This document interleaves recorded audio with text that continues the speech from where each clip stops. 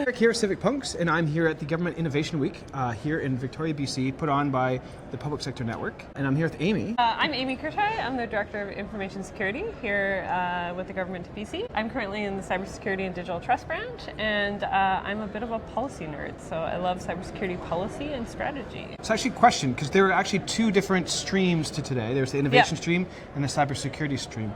Did you pick one, or were you dancing between the two? I actually did both, because I saw a lot of value in the talks in both spaces, and I think I'm in a fortunate role where I can blend both of those kind of niches and bring them together in a nice way. So I saw a lot of value in both those streams. Amazing. So what has been your key takeaway? What are you taking forward into your week ahead? Yeah, so there were a lot of good talks today, lots of good stuff. Obviously AI was a big topic, and I think the thing for me that I found really interesting is like the technology around us is always changing. You know, lots of innovation.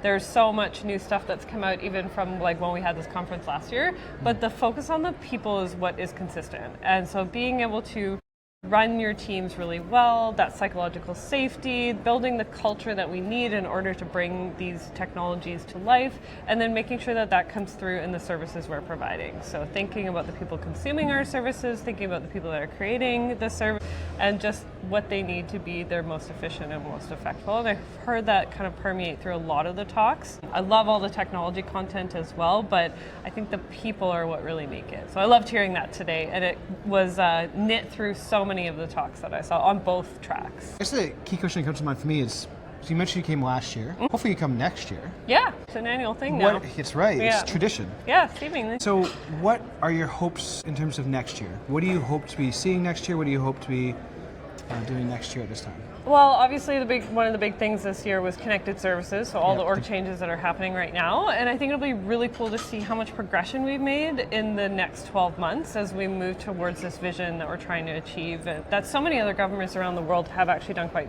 relatively successfully.